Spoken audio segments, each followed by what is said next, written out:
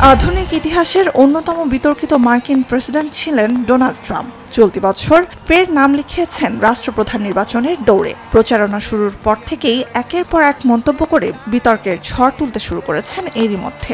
এবার ফ্লোরিডার নির্বাচনী সমাবেশে করা এক মন্তব্যে শোরগোল উঠেছে পুরো দেশে। Christians get out and vote just this time. You won't have to do it anymore. 4 more years, you know what? It'll be fixed, it'll be fine. You won't have to vote anymore. এই মন্তব্যে ঠিক কি বুঝিয়েছেন Trump তা স্পষ্ট নয়। ট্রাম্পের প্রচার শিবিরের মুখপাত্র স্টিভেন সংও কোনো ব্যাখ্যা দেননি।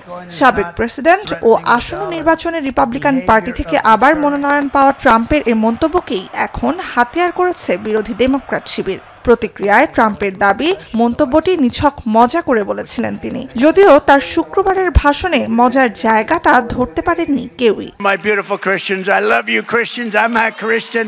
I love you. Get out. You got to get out and vote. In 4 years you don't have to vote again. We'll have it fixed so good you're not going to have to vote.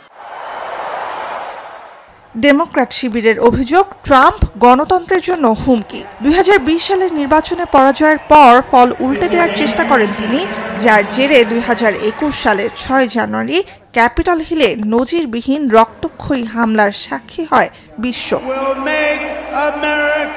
এবার white হাউসে ফিরলে এটি হবে মার্কিন president হিসেবে ট্রাম্পের দ্বিতীয় ও শেষ মেয়াদ, টানা হোক বা বিরতি দিয়ে। সংবিধান অনুসারে যুক্তরাষ্ট্রে এক ব্যক্তি প্রেসিডেন্ট হতে পারেন সর্বোচ্চ 2 বার। গেল মে মাসেও এক সম্মেলনে 2 মেয়াদের বেশি দেশ শাসনের আভাস দেন ট্রাম্প। উদাহরণ হিসেবে বলেছিলেন, যুক্তরাষ্ট্রের ইতিহাসে 2 মেয়াদের বেশি নেতৃত্ব দেওয়া একমাত্র প্রেসিডেন্ট ফ্রাঙ্কলিন ডি রুজভেল্টের কথা। 1933 সালে প্রথমবার প্রেসিডেন্ট হন রুজভেল্ট। 1945 সালে মৃত্যুর আগ পর্যন্ত প্রায় 1 যুগ ছিলেন ক্ষমতায়। তার শাসন শেষ হবার পরই মার্কিন প্রেসিডেন্ট হিসেবে এক ব্যক্তি সর্বোচ্চ 2 মেয়াদে ক্ষমতায় থাকতে পারবেন বলে নিয়ম বেঁধে দেওয়া হয়।